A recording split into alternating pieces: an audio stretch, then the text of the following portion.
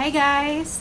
Today, first time kong itatry itong Etude House Zero Sebum All Day Matte Gel. It's 598 pesos sa Etude House. Hindi ko alam kung primer to, pero siguro para siyang primer. Kaya yun ang gagawin ko.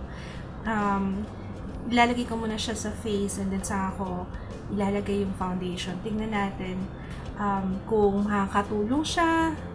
Alam niyo naman ang problema natin. I will be using itong foundation na to. L'Oreal Letint True Match. Gustong-gusto ko to.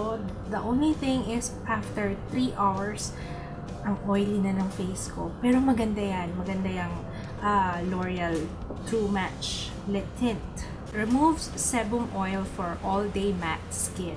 Based on skin type, apply onto areas concentrated with sebum oil or apply additional layers. So, ang itsura niya ay clear.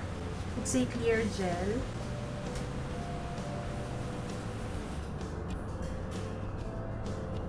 Hindi siya malagyan. Parang nag-transform siya into water. Refreshing yung amoy. Hindi ko mawari ko yung amoy ko. Basta it's refreshing. So, concentrate daw sa areas na madalas mag-oil. Oil up. Dito sa noo ko, sa nose. Meron siyang konting lagkit factor. Nag-set na siya after 2 minutes. Wala na. Hindi na siya ganun. Wala nang sticky feeling. So, nagsiset din pala siya. Ang napansin ko, ang daling mag-blend ng foundation. Dewy ang finish nito eh. Natanggal niya yung dewiness ng foundation. So, parang nagmukha tuloy siyang matte. So, wala akong nilagay na kahit anong pang-highlight, you know, yung mga pang-glow-glow, para magmukhang glowy yung skin ko. Wala akong nilagay na kahit ano. Kasi I wanna test it out kung gaano niya katagal, or kung gaano kaganda yung, or how can I say this? Kung paano niya mamamattify, or kung paano niya ma-maintain na matte yung aking face. If you're new to my channel, I have very oily face, kaya test out natin siya. I will be wearing this all day. So, ngayon, it is 12:11. I will be updating you kapag medyo may nakita na akong oiliness or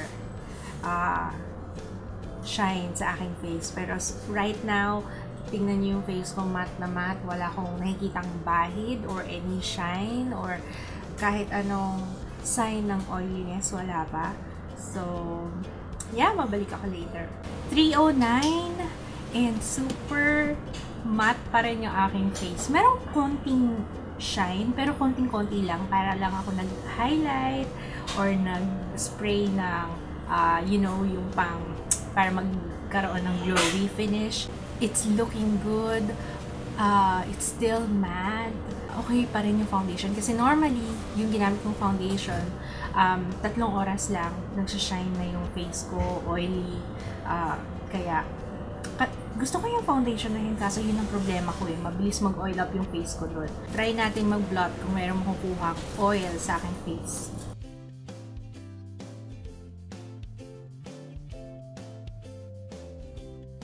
Konting-konti lang ha. To think na lumabas pa ako niya, nag-grocery pa ako. Tapos pinagpawisan ako. It's 5:57.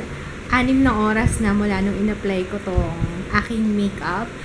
I need to blot.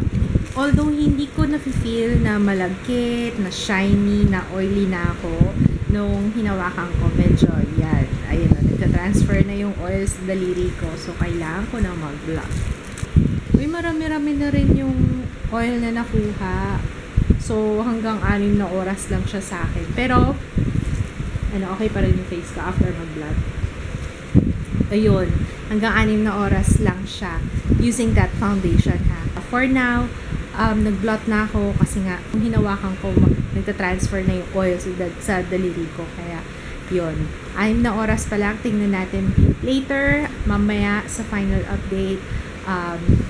Tingnan natin kung magugustuhan ko siya. 11:18, almost 12 hours na yung lumipas. Ang masasabi ko lang, hanggang 6 hours lang talaga siya sa aking face. Ay, may guest pala ako. I forgot to mention. Si Jay at saka si Ju. Hi! Si Ju. Saan nakatingin si Ju? Nakatingin sa screen! So, anyway, balik tayo doon sa... Saan nga ba siya? Ba't nawala? Ay.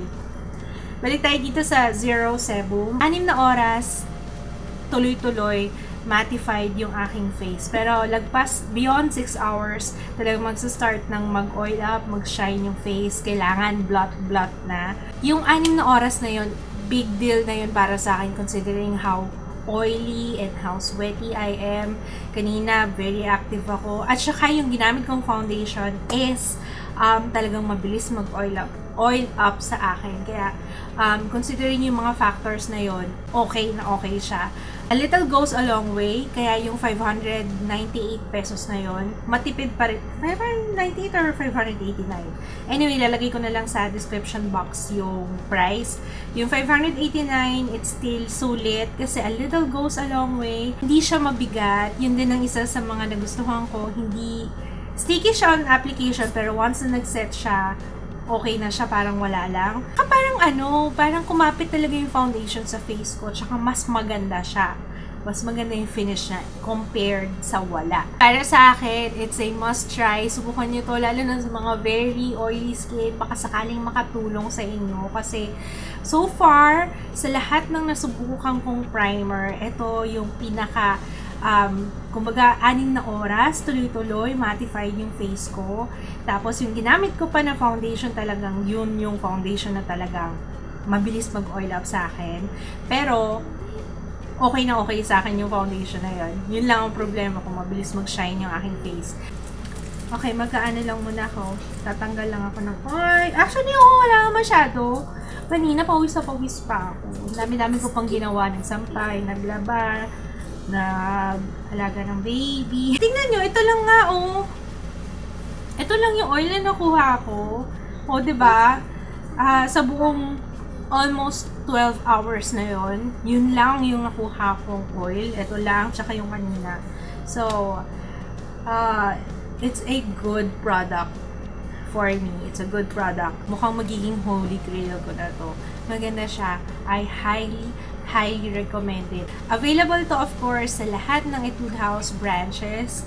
Yun lang, guys. Sana nakatulong tong review na to. I hope you could try it out. Kung nasubukan nyo na siya, feel free to share your experiences below. Comment lang kayo sa baba para makatulong din sa iba. And I wanna know kung okay din ba siya sa inyo. Maraming salamat. See you again on my next video. Bye! Bye, guys! Kasi si Joe, ba't nakatalikod?